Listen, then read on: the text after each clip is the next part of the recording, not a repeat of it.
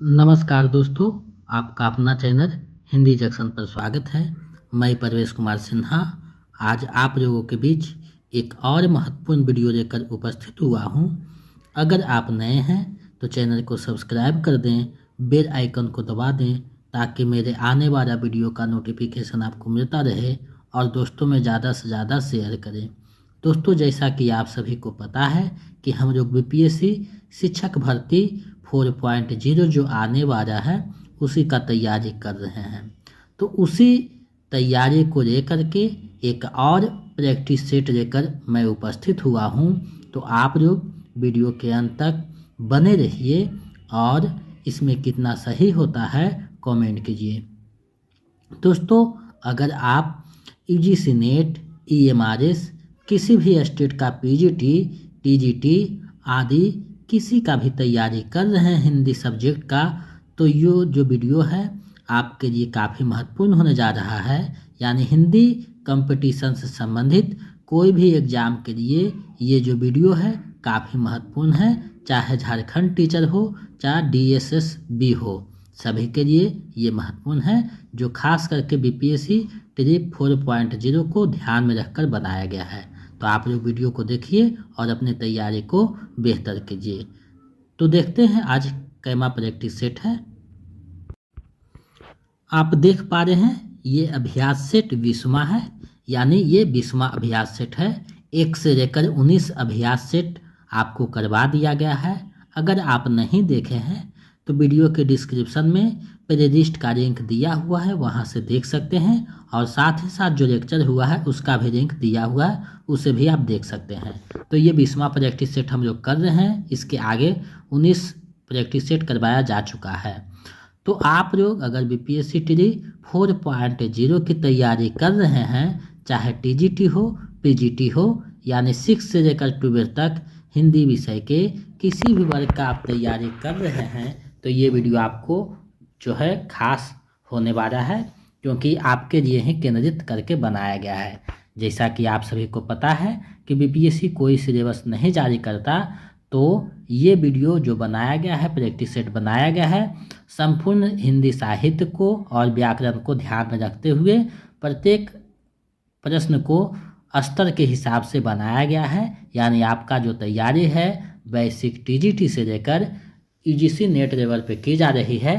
कहीं से भी अगर कितना हो सिलेबस क्वेश्चन हार्ड करता है तो आपको कोई दिक्कत नहीं होगा, क्योंकि आपका तैयारी बेहतर ढंग से करवाया जा रहा है। तो आप लोग वीडियो को अंत तक देखिए और हिंदी जंक्शन से जुड़ करके अपनी तैयारी को बेहतर कीजिए। अगर आप बीपीएससी टी 4.0 हिंदी का नोट्स और प्रैक्टिस सेट पाना चाहते हैं किसी भी वर्ग का, तो हमारे नंबर 726181 5307 पे 249 रुपया गूगल पे, फ़ोनपे, पेटीएम किसी भी माध्यम से पेमेंट कीजिए और उसका स्क्रीनशॉट लेकर हमें इसी नंबर पे व्हाट्सएप कर दीजिए। तो हम इधर से आपको पीडीएफ उपलब्ध करवा देंगे नोट्स और प्रैक्टिस सेट और प्रीवियस सेट का। और स्टेट के लिए 199 रुपया पेमेंट करके नोट्स प्राप्त कर सकते हैं। तो इन सारे से जुड़ करके अपनी तैयारी को बेहतर कर सकते हैं। तो चलिए बिना देर करते हुए आज के प्रश्नों को देखते हैं। अभ्यास सेट 20 के प्रश्नों को देखते हैं। तो आप देख रहे हैं अभ्यास सेट 20, यानी ये 20वां अभ्यास सेट है। इसके पहले 19 अभ्यास सेट करवाया जा चुका है 1 से लेकर 19 तक। अगर आप नहीं देखे हैं तो प्लेलिस्ट बना हुआ है वीडियो के डिस्क्रिप्शन में, उसको जाकर देख सकते हैं। तो आप लोगों के सामने अभ्यास सेट 20वां का पहला प्रश्न आप लोगों के सामने है। 5 विकल्प रहते हैं जैसा कि बीपीएससी में बनाया जाता है। और घ और अंग जो विकल्प होता है काफ़ी पेचीदा होता है। तो आप ज़्यादा से ज़्यादा प्रैक्टिस सेट बनाइए। एक ही प्रैक्टिस सेट को कम से कम 4-5 बार देखिए, बनाइए, ताकि आपका जो है नज़र 5 विकल्पों से गुजरता रहे और प्रश्न का आंसर चुनने में कोई परेशानी नहीं हो। तो देखिए यहाँ पहला प्रश्न है, शिव सिंह सरोज का प्रकाशन कब हुआ था? यानी शिव सिंह सरोज जो पुस्तक है उसका प्रकाशन कब हुआ था? तो देखिए शिव सिंह सरोज जो पुस्तक है शिव सिंह सेंगर के द्वारा लिखा गया था और इसका जो प्रकाशन है 1883 ईस्वी में होता है। तो विकल्प ग इसका सही आंसर हो जाएगा, क्योंकि 1883 में ही शिव सिंह सेंगर ने शिव सिंह सरोज नामक हिंदी का इतिहास पुस्तक को प्रकाशित किया था। तो विकल्प ग इसका सही आंसर हो जाएगा। आगे बढ़ते हैं हम लोग। आप लोग वीडियो को ज़्यादा से ज़्यादा शेयर कीजिए और सभी लोग जुड़ जाइए समय से। विश्वनाथ प्रसाद किस उपन्यास का पात्र है? यानी विश्वनाथ प्रसाद जो है निम्न में से किस उपन्यास का पात्र है आपको बताना है। तो देखिए विश्वनाथ प्रसाद जो है वो मेरा आंचल उपन्यास का पात्र है, यानी विकल्प ख सही हो जाएगा, जिसका प्रकाशन 1954 ईस्वी में होता है। ये एक आंचलिक उपन्यास है और इसके रचनाकार फणीश्वरनाथ रेणु जी हैं। तो ये आपको ध्यान में रखना है। और ये उपन्यास का केंद्र बिंदु बिहार का पूर्णिया जिला का मेरीगंज गांव है। तो विकल्प ख इसका सही आंसर हो जाएगा। आगे बढ़ते हैं अगले प्रश्न की तरफ। कहानी के प्रमुख प्रवक्ता हैं, यानी कहानी जो आंदोलन है, कहानी जो शब्द है, कहानी आंदोलन के प्रमुख प्रवक्ता कौन है आपको बताना है। तो कहानी जो है उसके प्रमुख प्रवक्ता गंगा प्रसाद विमल जी हैं, यानी विकल्प क इसका सही आंसर हो जाएगा। आगे बढ़ते हैं अगले प्रश्न की तरफ। हजारी प्रसाद द्विवेदी रचित निबंध संग्रह है। तो कौन सा निबंध संग्रह हजारी प्रसाद द्विवेदी के द्वारा लिखी गई है, रची गई है आपको बताना है। तो नाथ संप्रदाय, राजनीति मीमांसा और साहित्य का मर्म, तीनों जो रचनाएं हैं हजारी प्रसाद द्विवेदी जी का है। तो विकल्प घ इसका सही आंसर हो जाएगा। विकल्प घ इसका सही आंसर है। तो चौथा का विकल्प घ यानी उपयुक्त में से एक से अधिक हो जाएगा। आगे बढ़ते हैं। प्रगतिवाद शीर्षक पुस्तक के लेखक हैं कौन है? प्रगतिवाद शीर्षक पुस्तक जो है उसके रचनाकार कौन है आपको बताना है। तो प्रगतिवाद जो शीर्षक है उसके रचनाकार जो हैं शिवदान सिंह चौहान है, यानी विकल्प ग इसका सही आंसर हो जाएगा। चलिए अगले प्रश्न की तरफ बढ़ते हैं। अगला प्रश्न क्या कहता है? जन्म काल की दृष्टि से कवियों का सही अनुक्रम है, यानी जन्म की दृष्टि से जो यहाँ कवि हैं उनका सही अनुक्रम क्या होगा वो आपको बताना है। तो देखिए सही अनुक्रम जानने के लिए, सही आंसर करने के लिए सबसे पहले आपको पता होनी चाहिए कि किसका जन्म कब हुआ था। तो देखिए गुरु नानक का जो जन्म होता है वो 1469 में होता है। कबीर का 1398 में होता है। सुंदरदास का जो जन्म है वो 1544 में होता है। और दादू का जो सुंदरदास का जो जन्म है वो 1598 है। और जो दादू का जन्म है 1544 है। तो आप अगर मिलान कीजिएगा तो विकल्प ख सही हो जाएगा। पहले कबीर दास आएंगे, उसके बाद गुरु नानक आएंगे, उसके बाद दादू दयाल आएंगे, उसके बाद सुंदरदास आएंगे। कबीर का जन्म 1398 में, गुरु नानक का 1469 में, दादू दयाल का जो जन्म हुआ था 1544 में हुआ था और सुंदरदास का जो जन्म है 1598 है। तो ये सही आपका आंसर विकल्प ख होगा। आगे बढ़ते हैं अगले प्रश्न की तरफ। सुर समाना चंद्र में दहु किया घर एक, मन का चिंता तब भया कछु पुरबीरा रेख। इन पंक्तियों के रचनाकार कौन हैं? यानी ये जो पंक्ति है उसके रचनाकार कौन है आपको बताना है। तो ये जो पंक्ति हैं कबीर दास की पंक्ति है। विकल्प ग सही हो जाएगा। कबीर की महत्वपूर्ण रचना है बीजक। आपको पता होना चाहिए जो इसके शिष्य जो धर्मदास थे उन्होंने इसे संपादित किया है, यानी संपादन किया है एकत्रित करके, ये ध्यान में रखना है। चलिए आगे बढ़ते हैं। निम्नलिखित रचनाओं को उनके रचनाकारों के साथ सुमेलित कीजिए, यानी जो रचनाकार हैं उनकी रचना के साथ आपको मिलान करना है। तो ऐसे प्रश्न पूछे जाते हैं यूजीसी नेट में ज़्यादा, लेकिन TRE 1 में पूछा गया था, 2 में भी पूछा गया था, तो हो सकता है 4.0 में भी पूछा जाए। तो आपको सभी दृष्टि से तैयारी करके चलना है ताकि कहीं से आप कोई दिक्कत ना रहे। तो देखिए राउज बेल जो है रोड़ा कवि का है। खुमान रासो जो रचना है वो दरपति विजय का है। चंदन बारह रास जो है वो आशुभु कवि का है, योगचर्या जो है डोभिम्पा का है। तो ये आप देखिएगा तो विकल्प क इसका सही आंसर हो जाएगा, यानी क का 2, ख का 3, ग का 4, घ का 1। तो विकल्प क सही हो जाएगा। आगे बढ़ते हैं। मणिकर्णिका किसकी आत्मकथा है? बहुत ही प्रसिद्ध आत्मकथा है मणिकर्णिका, जो बनारस के मणिकर्णिका घाट को केंद्र बिंदु में रख करके लिखा गया है। तो ये किनका आत्मकथा है आपको बताना है। मणिकर्णिका किनका आत्मकथा है, बताइए इसका सही आंसर क्या होगा। बहुत ही प्रसिद्ध है। तो इसका जो देखिएगा तो मणिकर्णिका जो है तुलसी राम के द्वारा लिखा गया है। तुलसी राम जो है उन्हीं का है मणिकर्णिका। तो विकल्प में विकल्प नहीं है तो उपयुक्त में से कोई नहीं हो जाएगा, क्योंकि मणिकर्णिका जो तुलसी राम के द्वारा लिखा गया था और मुरदहिया भी उन्हीं का लिखा हुआ है। बहुत ही बेहतरीन आत्मकथा है। तो विकल्प अंग सही हो जाएगा, उपयुक्त में से कोई नहीं। आगे बढ़ते हैं। निम्नलिखित में कौन अष्टछाप का कवि है, यानी अष्टछाप के कवि कौन है वो आपको बताना है। तो देखिए कुंभनदास, छीत स्वामी, कृष्णदास, तीनों जो हैं अष्टछाप के कवि हैं। तो इसका जो सही आंसर है उपयुक्त में से एक से अधिक हो जाएगा। आगे बढ़ते हैं।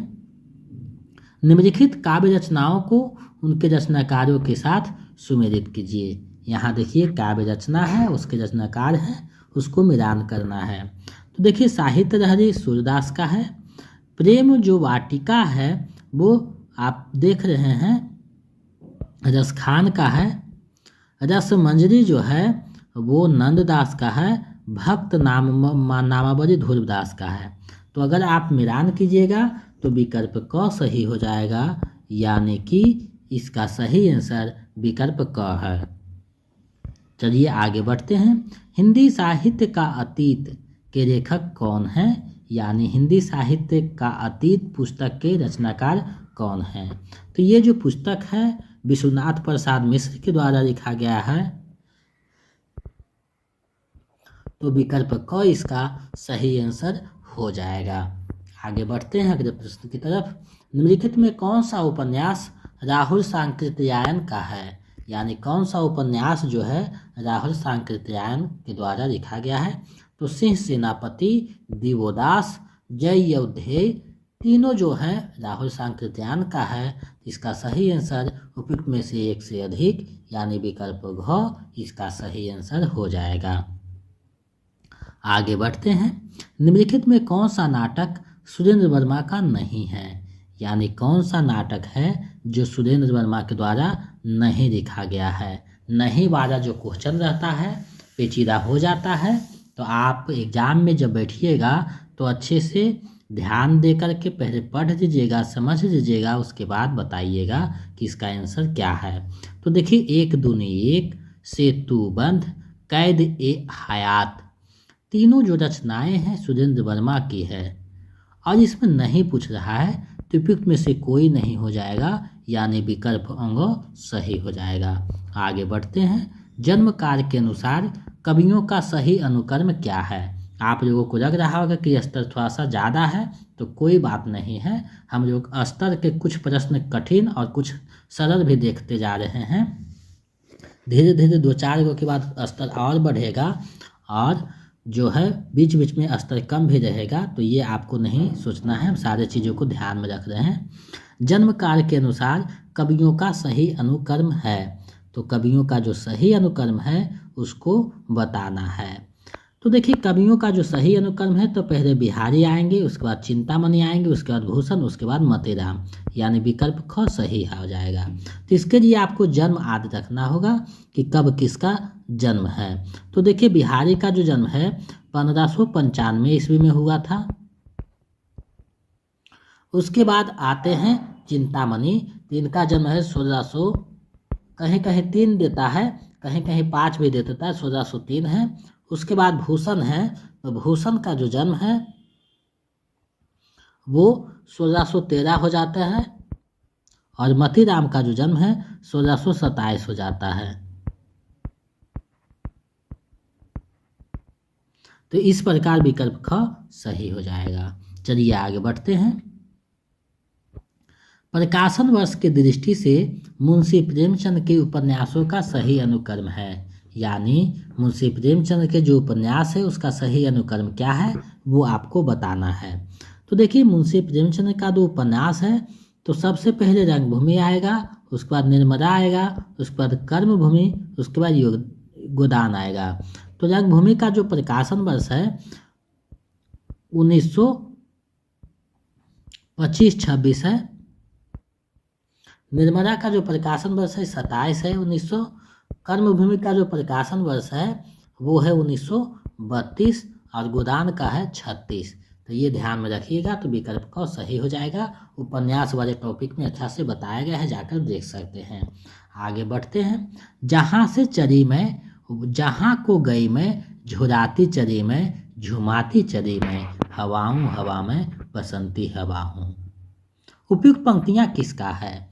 बहुत प्रसिद्ध है, सभी लोगों ने आप पढ़े होंगे।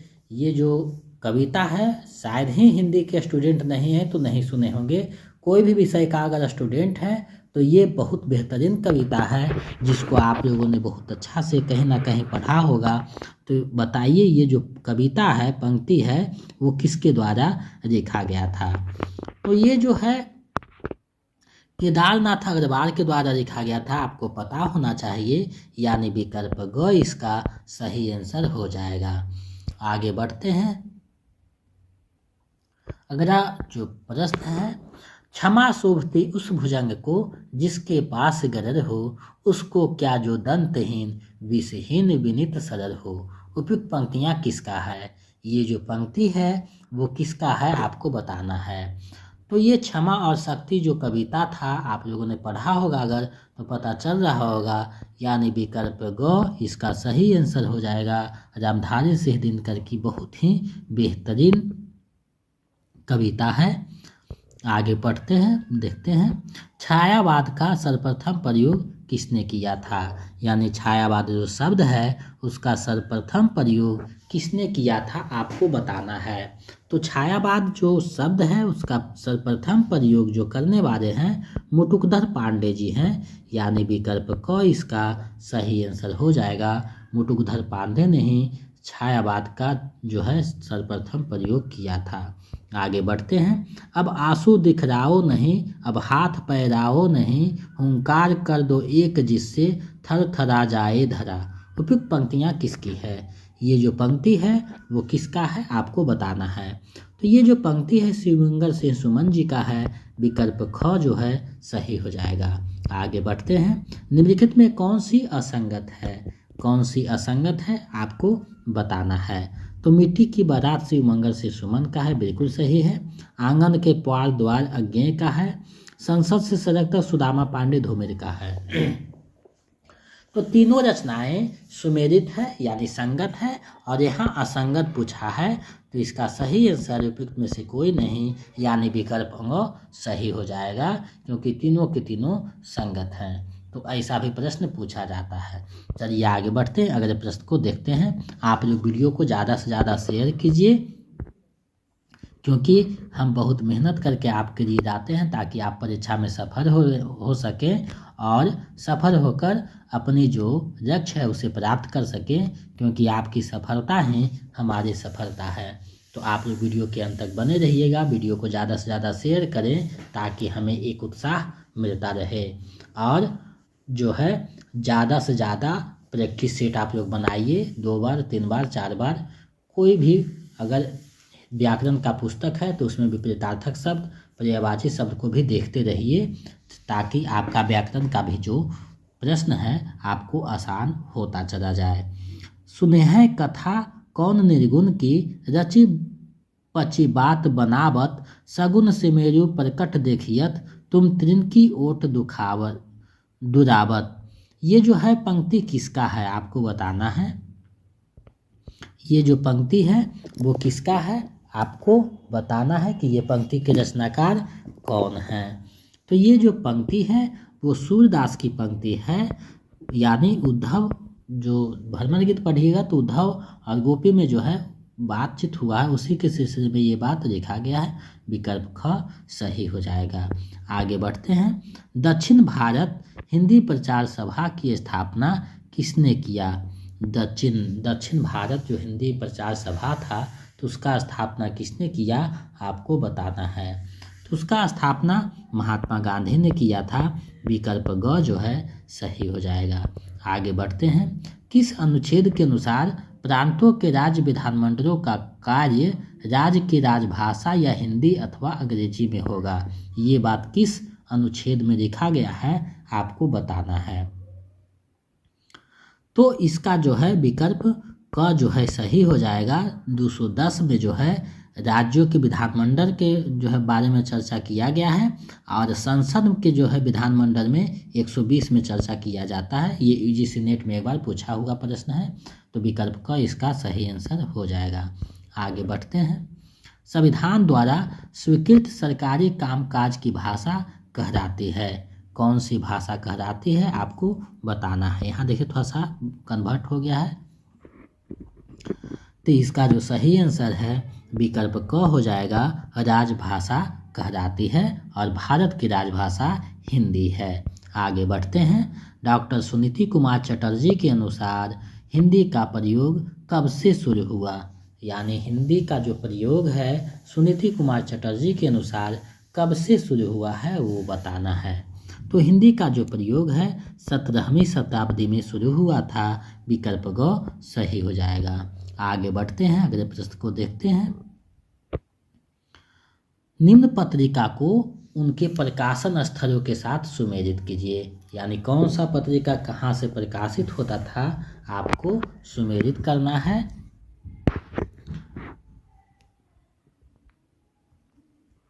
तो देखिए मतवारा जो पत्रिका है आपको पता होनी चाहिए कि ये जो पत्रिका है वो कलकत्ता से प्रकाशित होता था।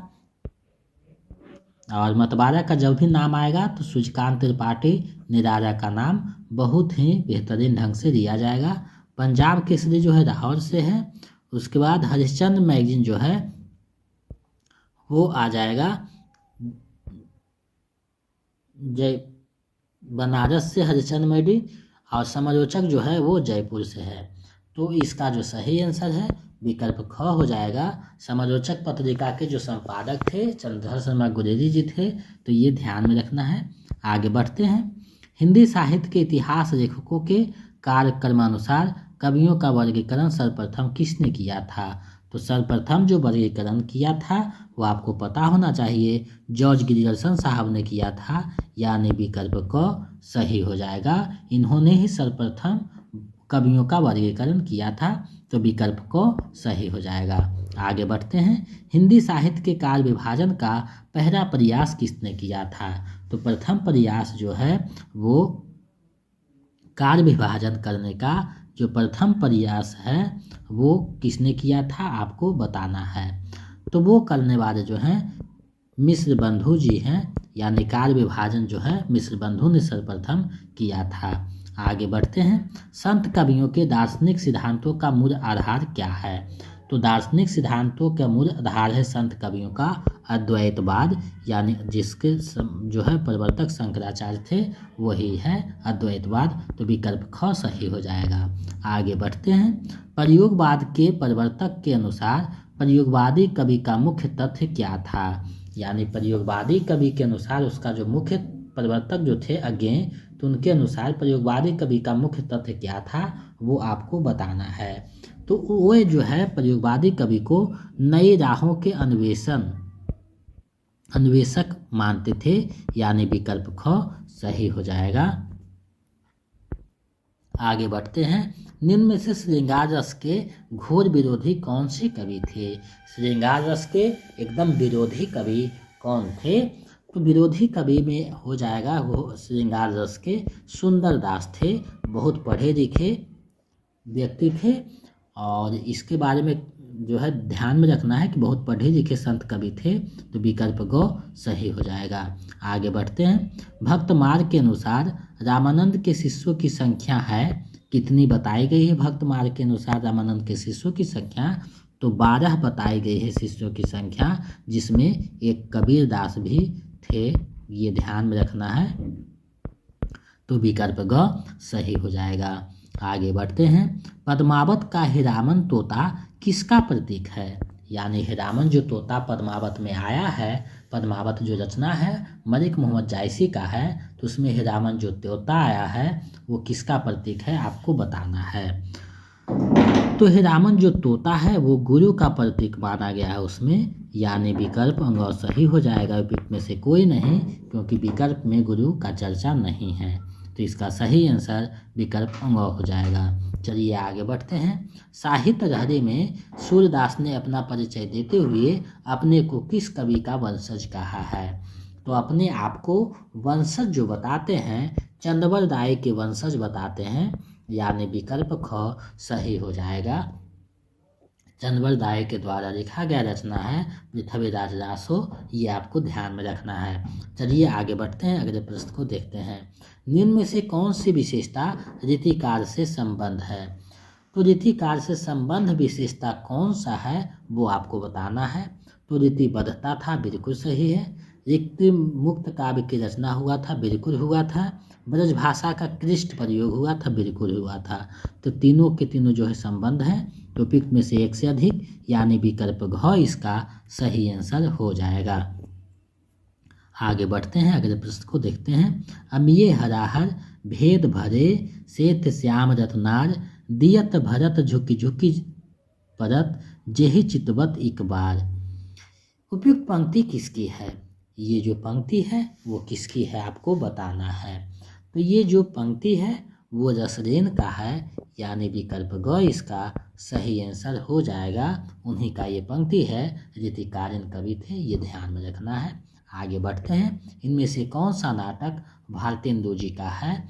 तो भारतेंदु जी का जब नाटक का बात आएगा तो भारत दुर्दशा, निर्देवी, प्रेम जोगनी तीनों है उन्हीं का नाटक, तो विकल्प घ इसका सही आंसर हो जाएगा। और भारतेंदु को जो है आधुनिक हिंदी का जनक माना जाता है। चलिए देखते हैं अगले प्रश्न को। अगला प्रश्न आप लोगों के सामने है और इसको जो है सुमेलित करना है, यानी मैच करना है, मिलान करना है। तो आप लोग वीडियो को ज़्यादा से ज़्यादा शेयर करें, क्योंकि आपके लिए ये वीडियो बहुत मेहनत करके बनाते हैं, तो आप लोग शेयर करें, लाइक करें। तो देखिए इसको अगर आप मिलान कीजिएगा तो आपको पता चल रहा होगा कि कौन से के कौन हो जाएंगे।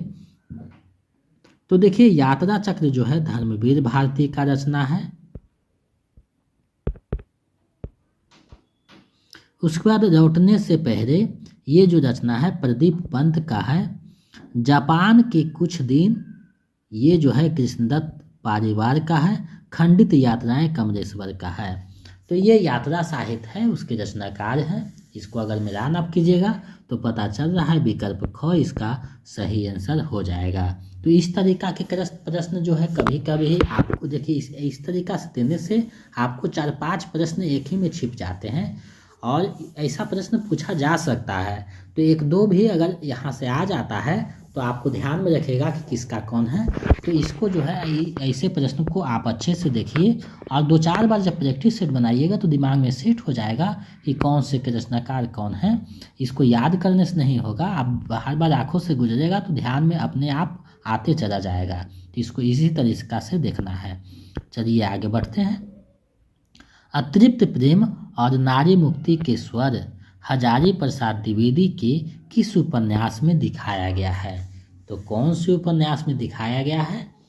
तो बाणभट्ट की आत्मकथा है, उसमें आप देखिएगा ऐसा दिखाया गया है। तो विकल्प ग इसका सही आंसर हो जाएगा। तीनों रचनाएं जो है उन्हीं का है, हजारी प्रसाद द्विवेदी का। एक पुनर्नवा भी है, ये भी ध्यान में रखना है। 4 उपन्यास लिखे हैं, तो विकल्प ग इसका सही आंसर हो जाएगा। तो अब जो है हम लोग व्याकरण के प्रश्न को देखेंगे, क्योंकि 40 प्रश्न हिंदी साहित्य से और 40 प्रश्न व्याकरण से इसमें समाहित किया गया है। तो साहित्य के प्रश्न अब हो गए, अब व्याकरण के प्रश्नों की तरफ हम लोग बढ़ते हैं और देखते हैं। तो देखिए हिंदी भाषा का उद्गम और विकास पुस्तक के लेखक कौन हैं? तो हिंदी भाषा का उद्गम और विकास पुस्तक के जो रचनाकार हैं वो डॉक्टर उदय नारायण तिवारी जी हैं। तो विकल्प को सही हो जाएगा। ऐसा प्रश्न भी पूछा जाता है। आगे बढ़ते हैं। एकैक संधि विच्छेद है, यानी एकैक का जो है संधि विच्छेद क्या होगा आपको बताना है। एकैक का संधि विच्छेद क्या होगा? तो एकैक का जो संधि विच्छेद हो जाएगा 1+1, यानी विकल्प ख सही हो जाएगा। आगे बढ़ते हैं। अन्वेषण में संधि है, कौन सा संधि है अन्वेषण में? तो इसमें जो है यन संधि होगा। संधि वाले टॉपिक में आप पढ़िएगा तो समझ में आ जाएगा। आगे बढ़ते हैं। कमर नयन में कौन सा समास है? तो कमर नयन में कौन सा समास है? तो कमर और नयन यानी विकल्प क जो है सही हो जाएगा। कर्मधारय समास यहाँ हो जाएगा। और देखिए कभी कभी कुछ जो समास है बहुविधि में भी आ जाता है। कमल के समान जिनका नयन हो, अर्थात विशेष अर्थ देगा तो राम भी हो जाएगा, यानी बहुविधि हो जाएगा। लेकिन ऐसा नहीं है, कर्मधारय को यहाँ सही माना जाता है।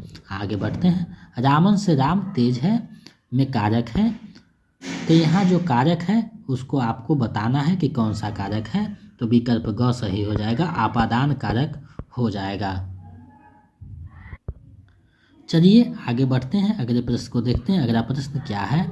तो अ उपसर्ग से बना शब्द नहीं है। तो कौन सा शब्द अ उपसर्ग से नहीं बना हुआ है वो बताना है। तो अ उपसर्ग से अतिशय नहीं बना है, क्योंकि अतिशय जो है अति उपसर्ग से बना हुआ है। तो विकल्प ख इसका सही आंसर हो जाएगा। आगे बढ़ते हैं। तद्धित प्रत्यय है, तो तद्धित प्रत्यय कौन है? तो मित्रता, देवत्व, रारिमा, तीनों जो है तद्धित प्रत्यय है। तो विकल्प घ इसका सही आंसर हो जाएगा, उपयुक्त में से एक से अधिक। चलिए आगे बढ़ते हैं। निम्न में अकर्मक क्रिया नहीं है, तो कौन सा अकर्मक क्रिया नहीं है वो आपको बताना है। तो देखिए, वह जग गया,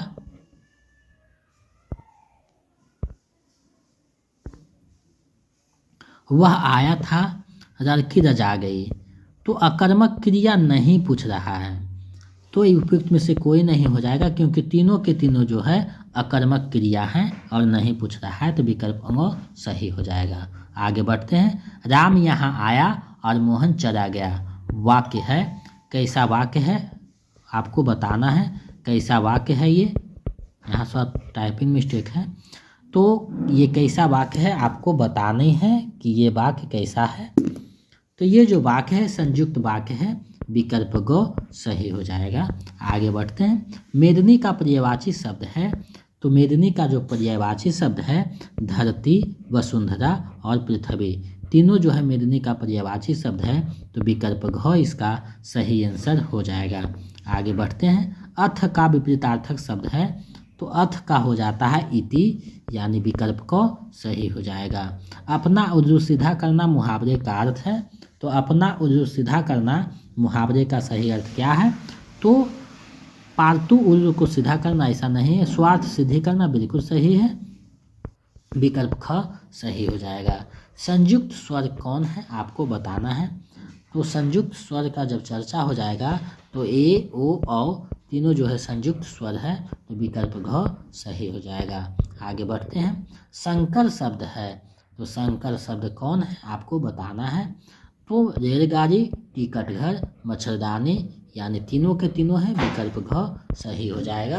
संकर शब्द माने कोई एक शब्द बाहर से आता है, एक शब्द यहाँ के रहता है, दोनों मिल करके एक नए शब्द बनते हैं, हाइब्रिड जिसको बोला जाता है। तो विकल्प घ इसका सही आंसर हो जाएगा। आगे बढ़ते हैं। तुम यह काम मत करो है, तो ये कैसा वाक्य है आपको बताना है। तो ये जो वाक्य हो जाएगा ये निषेधात्मक वाक्य हो जाएगा, यानी निषेधवाचक है, विकल्प घ जो है सही हो जाएगा। ऐसना का अर्थ है, तो ऐसना का अर्थ क्या है आपको बताना है। तो ऐसना मतलब अभिलाषा हो जाता है, विकल्प ग इसका सही आंसर हो जाएगा। आगे बढ़ते हैं अगले प्रश्न की तरफ हम लोग। यहाँ देखिए शुद्ध वाक्य है, तो शुद्ध वाक्य इसमें पूछा है कौन सा वाक्य शुद्ध है। तो परीक्षा की प्रणाली बदलना चाहिए, ये शुद्ध नहीं। देश के सम्मान की रक्षा करो, बिल्कुल सही है, देश के सम्मान की रक्षा करो। आगे बढ़ते हैं। वह जो देखा ना जा सके उसे क्या कहा जाता है। देखा ना जा सके उसे अतीन्द्रिय कहा जाता है, यानी विकल्प जो ख है सही हो जाएगा। शुद्ध है, तो यहाँ शुद्ध शब्द कौन सा है आपको बताना है। शुद्ध शब्द है कौन सा आपको बताना है। तो पूजनीय जब भी लिखा जाएगा तो इस तरीका से लिखा जाएगा, विकल्प क सही हो जाएगा। शकर और शकर युग्म का अर्थ है, यानी ये दोनों जो शब्द है उसके सही अर्थ क्या हैं। तो शकर मतलब होता है संपूर्ण और शकर मतलब होता है अंश, तो विकल्प ग इसका सही आंसर हो जाएगा। आगे बढ़ते हैं। रहमन चुप है बैठिए, देखी दीनम को फेर, जब नीके दिन आए हैं, बनत न रगहें बेर। ये जो पंक्ति है वो कौन सा छंद इसमें आया है, ये जो पंक्ति है इसमें कौन सा छंद आया है वो आपको बतानी है। तो इसमें जो छंद आया है वो दोहा छंद में लिखा हुआ है, विकल्प का सही हो जाएगा। रहीम और कबीर के जितने भी पंक्ति है वो दोहा छंद में देखने को मिलेंगे। आगे बढ़ते हैं। मारा फेरत जुग भया, फिरा न मन का फेर, कर का मन का डाज दे, मन का फेर। ये जो पंक्ति है उसमें कौन सा अलंकार है, ये जो दोहा है उसमें कौन सा अलंकार है आपको बताना है। तो इसमें जो है यमक अलंकार आया है, मन का फेर, यानी विकल्प ग सही हो जाएगा। आगे बढ़ते हैं। चक्र पानी शब्द का सही विग्रह होगा, तो सही विग्रह होगा चक्र है पानी में जिसके, यानी विकल्प ख सही हो जाएगा। आगे बढ़ते हैं। जो क्रिया संज्ञा या विशेषण से बनती है उसे क्या कहते हैं, तो उसे कहा जाता है नाम धातु शब्द, यानी विकल्प ख सही हो जाएगा। व्याकरण वाले सेक्शन में हम पढ़ेंगे नाम धातु को। आगे बढ़ते हैं। शांत रस का स्थायी भाव क्या है, तो शांत रस का स्थायी भाव निर्वेद है, विकल्प ग सही हो जाएगा। आगे बढ़ते हैं। निम्नलिखित में कौन सा शब्द स्त्रीलिंग नहीं है, तो स्त्रीलिंग जो शब्द है वो नहीं कौन सा है वो आपको बताना है।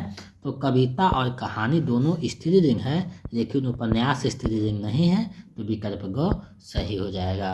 वाक्य में जिस शब्द से क्रिया के संबंध का बोध होता है उसे क्या कहते हैं, तो उसे कहा जाता है करण कारक, यानी विकल्प ग सही हो जाएगा। हिरण का पर्यायवाची शब्द है, हिरण जो शब्द है उसका पर्यायवाची कौन सा है आपको बताना है। तो हिरण का पर्यायवाची सारंग हो जाता है, यानी विकल्प क सही हो जाएगा।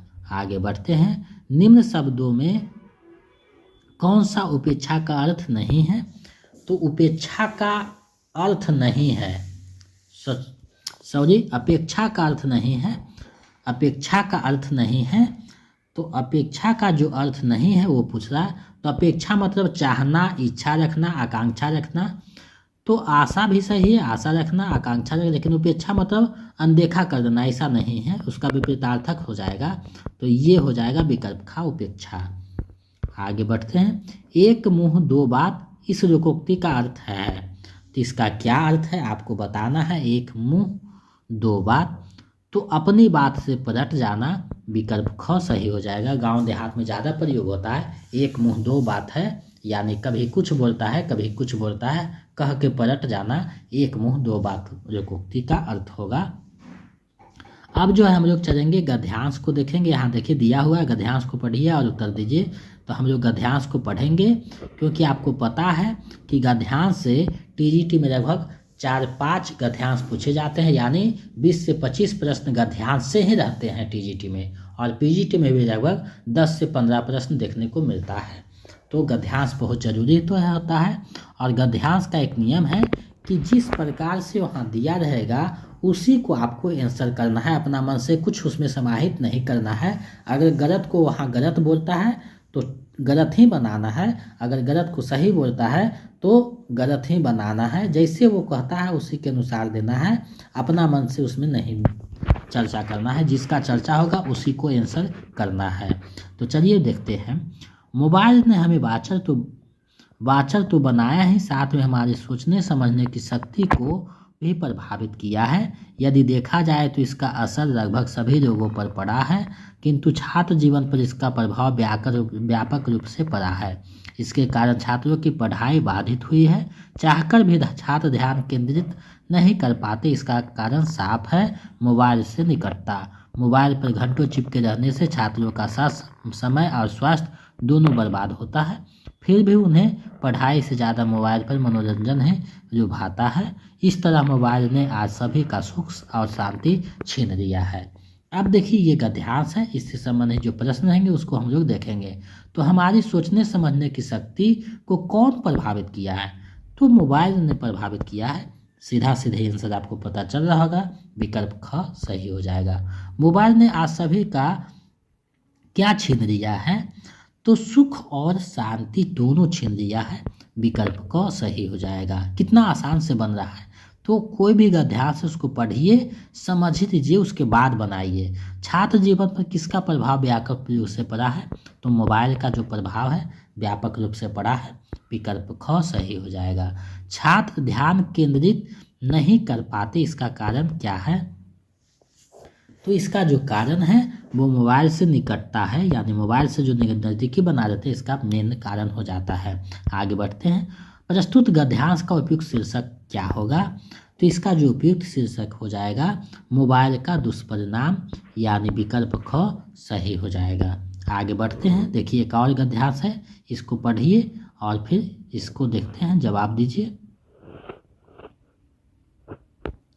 दैनिक जीवन में हम अनेक लोगों से मिलते हैं जो विभिन्न प्रकार के कार्य करते हैं। सड़क पर ठेला लगाने वाला, दूध वाला, नगर निगम का सफाई कर्मी, बस कंडक्टर, स्कूल अध्यापक, हमारा सहपाठी और ऐसे ही कई अन्य लोग।